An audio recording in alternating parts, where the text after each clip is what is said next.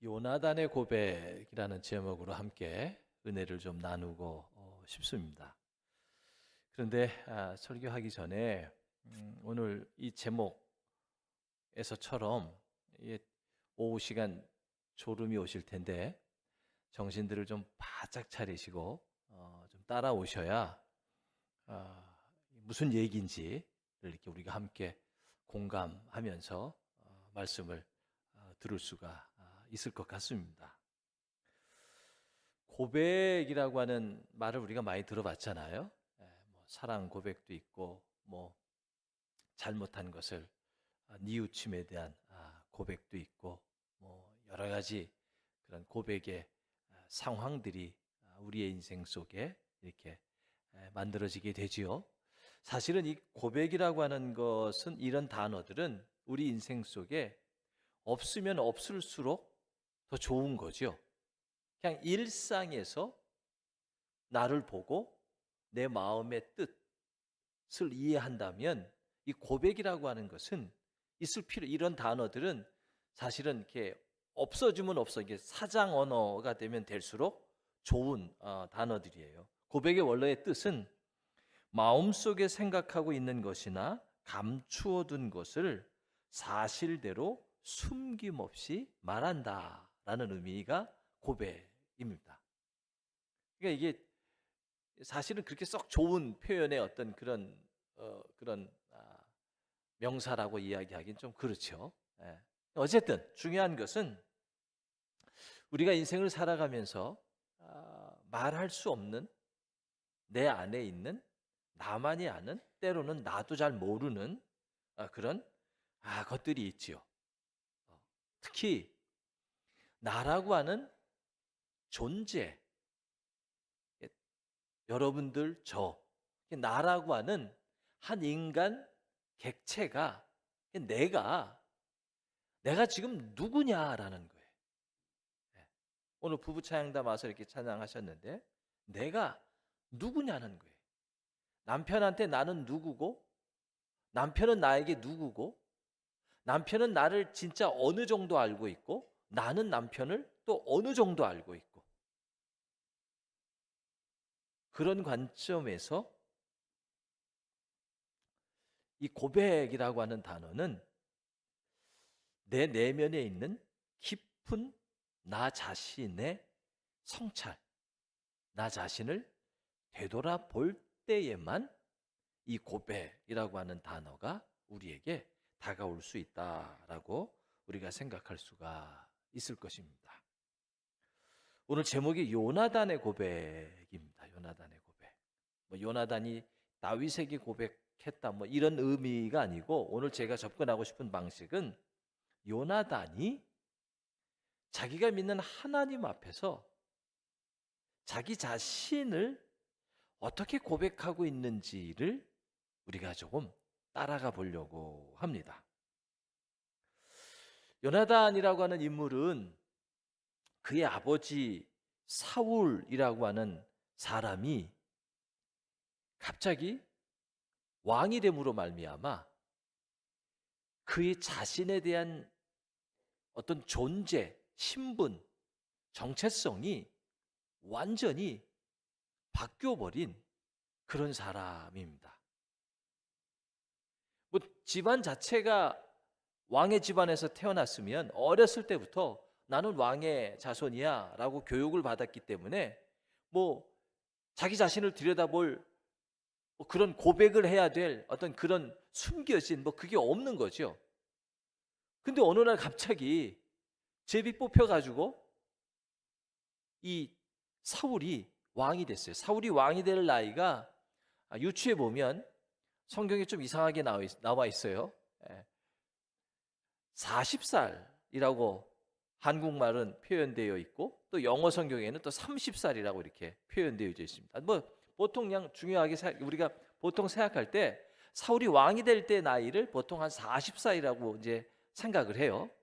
그러면 그의 아들 요나단은 적어도 한 20살 언더, 그러니까 18에서 한 20살 사이에 아버지가 왕으로 제비 뽑히면서 요나단은 갑자기 이 베냐민 지파, 별 볼 일 없는 지파의 한 사람의 아들이었는데 그 아들의 신분이 갑자기 왕자가 되는 거고, 갑자기 이스라엘 백성 나라 전체를 다스리는 왕의 아들의 신분으로 바뀌어지게 되는 그런 모습이지요.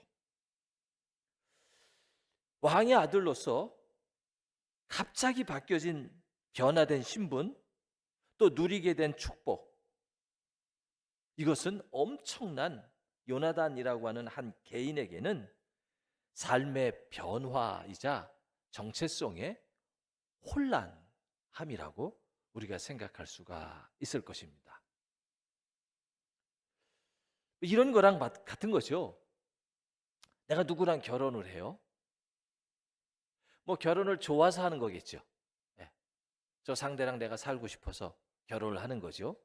그러나 충분한 결혼에 대한 생각, 그 다음에 나 스스로의 결혼에 대한 정의, 이런 것들을, 또 상대방과 그런 부분에 대한 토론, 이야기, 이런 것들을 하지 않고 그냥 물리적으로만, 화학적으로만 결혼이라고 하는 것이 되어졌을 때, 그 결혼한 가정은 온전하게 세워져 가는 데에 통과 의례적인 그런 서로 적응을 해야 되는 시간들이 필요하게 되는 거죠. 지금 요나단에게는 갑작스러운 아버지의 왕이 됨과 동시에 왕의 아들로서 왕자가 되는 신분의 변화, 그 다음에 경험하지 못했던, 태어날 때부터 왕의 자손으로 태어났으면 왕궁에서 많은 것들을 문화적으로 경험했기 때문에 뭐 어떤 혼돈이 없을 텐데, 어느 날 갑자기 왕으로 뽑혔다 그래가지고 그에게 많은 누릴 수 있는 축복이 돌아오면 이것은 은혜이고 감사이고 뭐 복이지만, 그것들을 누리고 그것들을 자기가 자기의 것으로 만들어가는 데에는 엄청난 혼돈과 시행착오가 올 수밖에 없다라는 것이죠. 우리 모든 인생들은 그런 과정을 거쳐가게 됩니다. 내가 아무리 준비를 해오고 있어도, 준비를 해오고 준비된 익숙함 속에서 내가 오늘 여기에 있어도 나는 여전히 오늘 이 자리에서조차 끊임없이 나는 실수를 하고, 끊임없이 나는 내 자신의 정체성에 대하여, 또 내 상황에 만들어지는 요소들에 대하여 우리는 헷갈리고, 또 그런 부분들에 대해서 혼란을 겪게 될 때가 있습니다. 오늘 요나단은 왕의 아들이 되면서 아버지가 죽게 되면 자신이 이스라엘이라고 하는 나라의 왕으로서 이스라엘이라고 하는 나라를 이끌고 가야 되는 그런 상황 속에서, 오늘 본문은 요나단 스스로가 자기 자신에 대하여 하나님 앞에서 자기 자신이 어떤 존재이며 또 어떻게 자기 인생을 만들어 가야 될지에 대한 자기 자신을 되돌아보는 그런 고백이라고 우리가 생각할 수가 있습니다. 그 어떤 고백을 할까요? 요나단이 지금 처해져 있는 상황 속에서 첫 번째는, 내가 이스라엘의 왕을, 내가 아버지 다음으로 내가 이스라엘의 왕이 된다면 내가 이스라엘이라고 하는 나라를 왕으로서 잘 감당해 나아갈 수 있을까? 잘 이스라엘이라고 하는 나라를 잘 다스릴 수 있을까에 대하여 요나단은 하나님 앞에서 자기 자신의 내면을 되돌아보는 그런 고백을 했을 것 같습니다. 자신의 능력치에 대하여, 자신도 자신을 잘 모르는 내 안에 있는 능력치에 대하여 하나님에게 물었을 것입니다. 이게 참 중요한 것 같아요.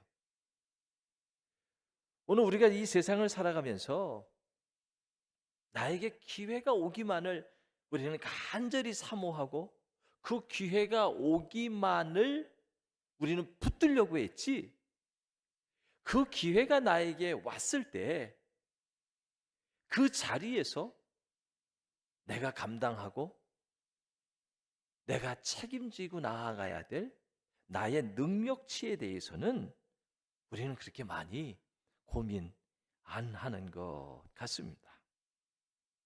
아마 요나단은 그의 아버지가 왕이 됨과 동시에 그 바뀌어진 신분, 그가 누리는 축복 속에서 아버지를 이어서 자기 자신이 왕이 된다면 나는 이 나라를 어떻게 다스릴 수 있을까? 또 내가 이 나라를 다스릴 수 있을 만한 능력치가 있을까? 이 부분에 대해서 아마 하나님 앞에 고백하고 기도했을 것입니다.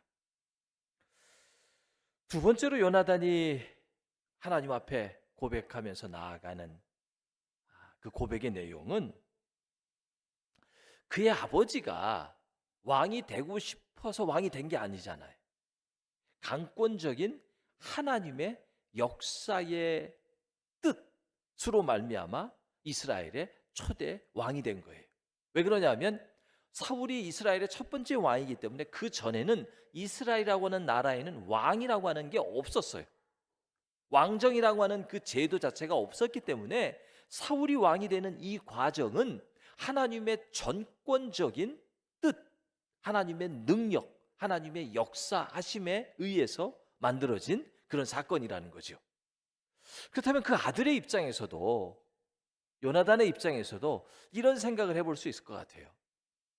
내가 아버지를 이어서 순리적으로 내가 이스라엘의 왕이 될 수 있는 건가?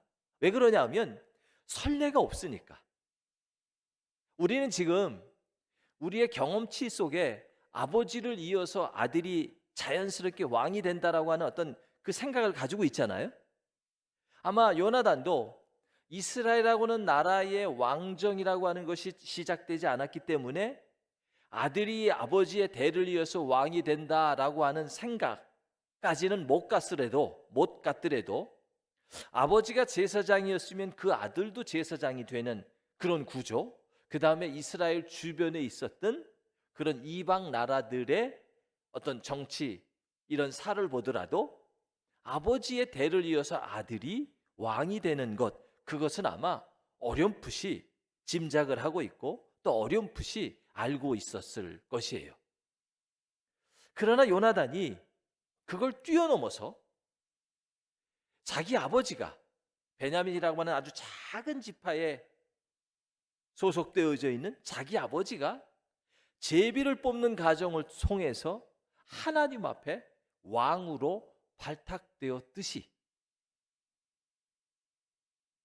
요나단의 입장에서는 아버지의 대를 이어서 하나님이 제비 뽑는 왕, 하나님이 선택하는 왕, 그 왕이 꼭 나여야만 하나? 아니면 내가 아니면 또 누군가가 하나님의 뜻에 부합하는, 하나님이 선택하시고자 하시는 그 왕이 될 것인가에 대하여 요나단은 아마 하나님 앞에 고백했을 것입니다.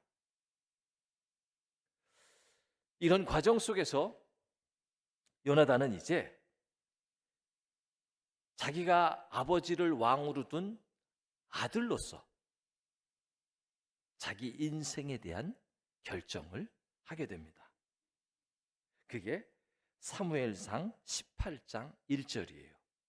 다윗이 사울에게 말하기를 마침에 요나단의 마음이 다윗의 마음과 하나가 되어 요나단이 그를 자기 생명같이 사랑하니라. 20장 17절에도 있는 말씀이지요. 이런 독백 속에서 하나님 앞에 요나단이라고 하는 존재, 갑자기 왕의 아들이 된 신분, 누리는 축복, 그 여건 속에서 요나단은 여러 가지 것들을 하나님과 독대해서 고백하면서 자기가 결정을 한 거예요. 아, 두 번째 왕은 내가 아니구나. 그리고 하나님이 만들어가는 역사 뜻 안에는 내가 아닌 다윗에게로 그 하나님의 뜻이 만들어져 가고 있구나를 요나단은 그 누구보다도 하나님과의 고백을 통하여 스스로가 깨닫고 정리하고 결단하고 있다라는 것이죠. 이 사무엘상 18장 1절은 사무엘상 17장의 이야기들의 결과예요. 사무엘상 17장이 뭐죠? 다윗과 골리앗의 싸움이죠. 다윗과 골리앗의 싸움이에요. 그 싸움을 하는 그 다윗의 모습을 보면서 요나단이 결정을 내린 거예요. 요나단의 인생이 제가 유추해 보니까 사울이 왕이 되고 그 다음에 몇 년 정도 지나서 요나단이 다윗을 내가 아닌 다윗을 왕으로 세워야 되겠구나라고 생각했는지를 알 수가 없어요. 언제부터 요나단 스스로가 두 번째 왕은 내가 아닌 다윗이구나라고 하나님께서 몰고 가는 것에 대한 확신을 들었는지 알 수가 없어요. 그게 요나단이 왕자가 된 후 몇 년 지난 다음에 했는지를 알 수가 없어요. 근데 중요한 것은 요나단은 자기 아버지가 왕이 됨과 동시에 왕자의 신분으로 바뀜과 동시에 예전에 누릴 수 없었던 많은 누림의 축복을 얻은 것과 동시에 요나단은 하나님과 이런 고백, 이런 독백을 했다는 거죠. 그래서 17장의 다윗이 골리앗과의 싸움의 사건을 보고 18장 1절에서 그 다윗의 행동들이 요나단의 마음에 두 번째 왕은 내가 아닌 다윗에게로 하나님의 마음이 쏠리고 있음을 요나단은 이제 깨닫게 된 것입니다. 자, 지금의 삶의 자리는 요나단이 분명히 왕자예요. 그리고 다윗은 말 그대로 골리앗을 물리쳤지만 사울에 의해서 아버지가 다윗을 군대 장관으로 시킨 것뿐이죠. 서열상 자기가 2등이고 다윗은 3등인 거죠. 그런데 요나단은 기꺼이 자기 자신을 내려놓는 그런 희생, 용기를 표현합니다. 이 용기, 이 희생이 바로 우리가 하나님 앞에서 내 내면 깊숙한 곳을 아시는 그 하나님에게 우리가 고백해야 될 그런 단어들입니다. 이런 요나단의 행위는 정말로 용기입니다. 이런 용기는 역사 앞에서 우리 자신들을 되돌아볼 때에, 여기서 역사라는 말은 하나님이라고 하는 말로 바꿔도 돼요. 정말 우리가 하나님 앞에서 내 자신의 내면들을 깊숙이 들여다볼 때에 내가 감당해야 되는, 내가 해야만 하는 나의 책임, 나의 역할, 그것이 무엇인지를 정확하게 우리는 알 수 있다는 거예요. 근데 많은 사람들이 용기가 없어서 내가 가지고 있는 내 삶의 자리에 여러 가지 형편들, 여건들을 내려놓기 싫어서 그 용기를 못 갖는 경우들이 많습니다. 애써 외면하고 그냥 그 자리에 연연할 때가 많은 거지요. 요나단과 다윗의 나이 차이가, 제가 이거 계산 계속 해봤는데요, 정확히 나와 있진 않아요, 성경에. 근데 평균적으로 한 20살 정도 차이가 난다, 그렇게 이야기를 해요. 근데 이거 제가 생각해 보니까 그렇게까지 차이는 안 날 것 같아요. 왜 그러냐 하면 사울 왕이 40의 왕이 되거든요. 그러면은 평균적으로 성년이 되는 나이가 20살이니까 이스라엘이, 아마 요나단이 사울을 따라 가지고 공을 세운 그 때가 나이가 한 20살 정도 됐을 거예요. 그 다음에 다윗이 그의 형들의 심부름을 하러 전장터에 간 거니까, 요나단을 20살이라고 가정한다면 20살 차이가 난다고 주석에 설명하니까 0살에 도시락을 가지고 형한테 갈 수가 없잖아요. 그러니까 적어도 한 10살은 뭐 넘어야 되는 거니까, 대략적으로 그냥 우리가 계산해 보면 한 10살 정도 차이가 있을 것 같은데, 주석에 보면 한 20살 정도 차이가 난다고 하는 게 그냥 공통적인 견해예요, 견해. 자, 20살 정도 차이가 난다고 한다는 의미는 뭐냐면요, 아버지와 아들뻘이라는 거예요. 근데 지금 요나단이 아버지가 되는 그 나이 차이임에도 불구하고 요나단이 자기가 아닌 다윗에게로 하나님의 뜻이 이스라엘의 왕이 쏠리고 있음을 지금 요나단은 보았다는 거예요.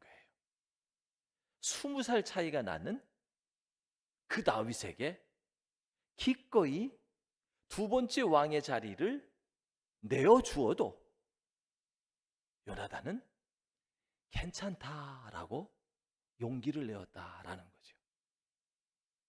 우리가 잘 아는 것처럼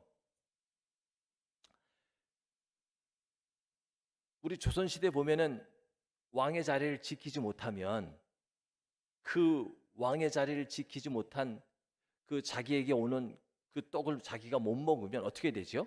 예를 들어서 동생에게 왕의 자리를 넘겨줘요. 그러면 형의 집안들은 어떻게 되나요? 완전히 그냥 세상 표현으로 싹쓸이가 되는 거죠. 예.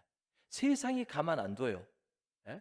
거기서 또 다른 뭐 어떤 왕의 어떤 그 기운들이 올라올 것 같으니까, 그 왕이 된 사람은 왕이 되지 못한 그 가문을 완전히 그냥 초토화시키는 거죠.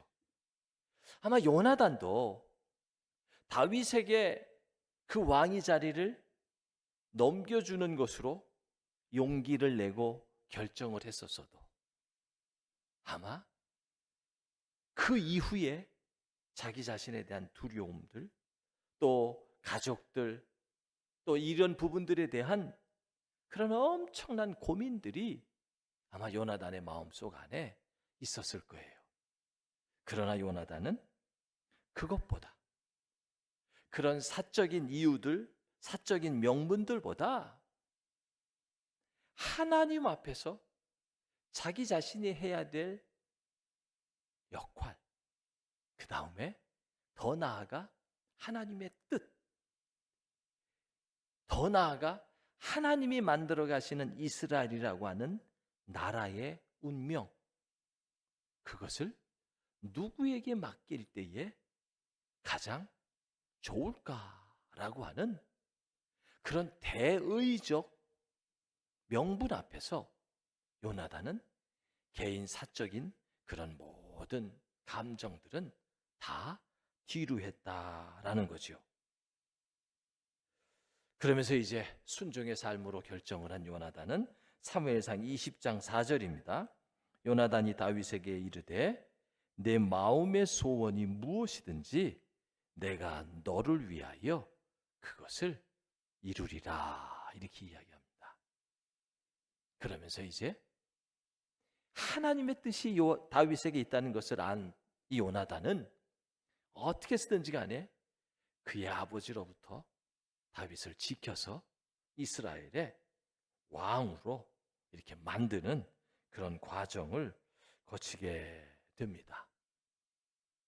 참 어려웠던 과정들을 다 거쳐서 결국은 다윗이 이스라엘의 두 번째 왕이 되지요. 우리가 우리 내면을 하나님 앞에서 비추어 보고 내 인생에 용기 있는 결단, 하나님 앞에 순종으로 나아가려고 우리가 마음을 먹어도 그것을 실천으로 옮기지 못하는 이유, 그것은 바로 나에게 되돌아오는 불의, 혜택, 그것 때문에 우리가 실천으로 옮기질 못하는 거죠. 요나단에게 있어서는 그의 집안의 멸망, 이게 두려움인 거죠. 더 나아가서 왕의 아들의 위치, 혜택을 스스로 내려놓았을 때에 요나단이 얻을 수 있는 것은 아무것도 없기 때문에 그런 부분에서 우리는 주저주저하게 됩니다. 그러나 사무엘상 사무엘하 9장 7절입니다. 다윗이 그에게 이르되 무서워하지 말라. 내가 반드시 내 아버지 요나단으로 말미암아 네게 은총을 베풀리라. 내가 내 할아버지 사울의 모든 밭을 다 내게 도로 주겠고 또 너는 항상 내 상에서 떡을 먹을지니라. 이렇게 되어 있습니다. 요나단이 사울과 더불어 전투에 나가가지고 죽지요. 그리고 다윗이 왕이 됩니다. 그리고 요나단의 집안에 유일하게 남아있는 아들이 하나 있는데 그 아들이 바로 무비보셋이라고 하는 아들이에요. 근데 이 아들은 장애가 있었어요. 다리를 저는 그런 장애가 있었어요. 근데 그 아들이 살아있는 거예요. 그 아들을 요나단이 궁으로 데리고 오라고 하고 그 무비보셋에게 지금 사무엘하 9장 7절 내게 은총을 베풀리라. 너는 항상 내 상에서 떡을 먹을지니라. 이렇게 이야기합니다. 요나단이 다윗에게 베풀었던 은혜는 많은 사람들은 내가 내 손에 있는 것을 내려놓으니까 나에게 되돌아올 것이 없다라고 생각해서 이걸 못 내려놓는데 오늘 다윗은 그 요나단으로부터 받은 그 은혜, 그 보상을 요나단이 죽고 없어졌어도 그 아들에게 끝까지 책임지고 있는 모습을 우리가 보게 됩니다. 그래서 항상 은혜는 또 사랑은 언제나 우리가 밑으로 흘려보내야 됩니다. 이걸 내가 꼭 받을 수 있을까? 못 받으면 어떡하지? 받아야 되겠다라고 하는 사명과 목적에서 흘려보내는 게 아니라 우리는 하나님과 나와의 관계에서 내 자신의 고백을 하나님에게 드릴 때 우리는 내가 할 수 있는 그 은혜, 내가 할 수 있는 그 하나님의 사랑들은 그저 흘려 보내야 되는 것입니다. 그러면 그 사랑을 받은 누군가는 또 우리가 일부러 놓은 그 혜택, 그것들을 그 자녀들이든 어디에 쓰든지 간에 그것을 보상으로 받게 된다라는 거예요. 그걸 기대하고 요나단이 내려놓지 않았지만 하나님은 그 요나단의 내려놓음을 그 아들 때에 가서 반드시 다윗을 통하여 보상해 주고 있음을 우리는 기억해야 합니다. 옛날에 그 농심 나면 제가 어렸을 때 뭐 그 볕단 가지고 막 형님 먼저 아우 먼저 그 농심 라면 광고 있었어요.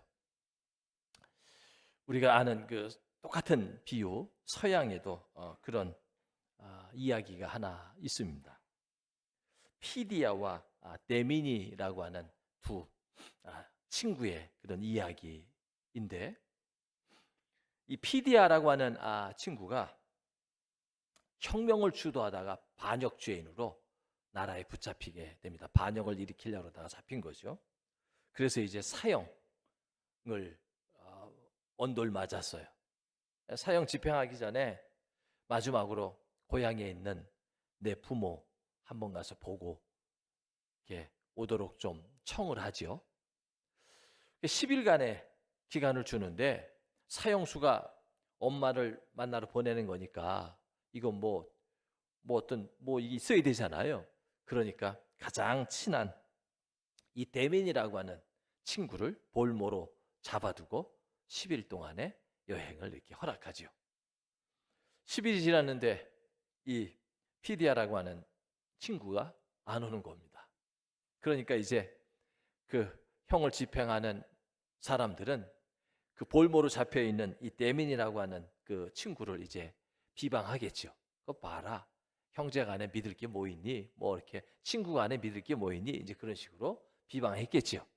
그러자 이 데민이라고 하는 친구는 약속대로 나를 죽이라. 내가 친구를 위해서 대신 죽겠다. 그러나 내가 죽은 이후에라도 반드시 내가 믿었던 그 피디아라고 하는 친구는 반드시 이 형장으로 올 것이다. 아마 무슨 이유가 있기 때문에 못 오는 거지, 나를 배신해서 자기가 살려고 이곳에 오지 않는 것은 아닐 것이다 라고 이제 그렇게 담대하게 이야기를 합니다. 그리고 이제 사형 집행을 하려고 하는데 그 피디아라고 하는 친구가 이제 달려오는 거죠. 그래가지고 이 피디아와 데미니는 상봉을 하게 됩니다. 그리고 이제 피디아는 이 친구 데미니에게 빨리 가라, 이제 고맙다 그러는 거예요. 그러자 이 데미니는 죽을 각오를 하고 거기에 대신 잡혀 있었던 거기 때문에 이렇게 이야기합니다. 피디야, 너는 내 어머니가 살아계시니 내가 죽는 것보다 어머니 슬픔이 더 클 거다. 나는 슬퍼할 어머니도 없기 때문에 내가 죽는 게 훨씬 더 여러 가지 면에서 보면 그게 더 맞는 것 같다. 너는 어머니를 위해서 이 땅에서 더 살고 너 어머니에게 효를 더 해라. 이제 이렇게 이야기를 합니다. 이렇게 둘이 옥신각신하면서 서로 죽겠다고 둘이 이렇게 싸움을 하는 거예요. 그 싸움을 하고 있는 그 모습을 본 임금이 그 친구의 아름다운 우정을 보면서 야, 참 신기하구나. 그래서 그 두 사람을 다 임금의 어떤 고위 그 신하로 이렇게 등용을 시켜줬다라는 그런 서양의 이야기입니다. 한국에서 좋은 말, 저도 이 말을 참 좋아합니다. 덕이라는 말이 있죠. 덕스럽다 하는 이 덕. 이 덕자의 그 덕이라고 하는 이 말이 영어로 표현하면은 이게 virtue라고 하는 단어예요. virtue. 근데 이 virtue라고 하는 이 단어는 라틴어 벌투스라고 하는 그 라틴어에서 왔는데, 그 라틴어 원래의 뜻의 이 덕이라고 하는 그 뜻의 어근이 씩씩하다, 남자답다, 능력이 있다, 또 어떤 그 역할 기능 면에서 우수하다라는 그런 뜻을 가지고 있다고 합니다. 우리가 종종 덕스럽게 살자, 아니면 양보하며 살자라고 이야기할 때 그것은 어쩔 수 없는 상황이거나 아니면 또 힘에 밀려서, 내가 힘에 밀려서 그렇게 해야만 하는 그런 게 아니라, 이 덕이라고 하는 단어는 진짜 내가 남자다움의 용기가 있고 능력으로도 내가 탁월하고 다른 사람들이 볼 수 없는 그 무언가의 선구자적인 그 시안이 있기 때문에 상대의 어리석음, 상대의 바보스러움들을 내가 덕이라고 하는 그런 마음으로 포용하고 끌어안고 양보하는 것. 그게 진정한 한국적 덕의 뜻이 될 수 있다라는 것이죠. 오늘 요나단의 고백을 통하여 기꺼이 자기 자신에 있는 모든 것들을 하나님에게 자기 자신의 정체성을 물으면서 기꺼이 다윗에게 자기 자리의 모든 고난을 그대로 다 내어준 그 요나단의 모습이야말로 진정 덕스러운 사람의 모습이고, 그 모습이 진정 오늘 우리 그리스도인들이 믿음으로 살아가야 되는 그런 이유가 될 것입니다.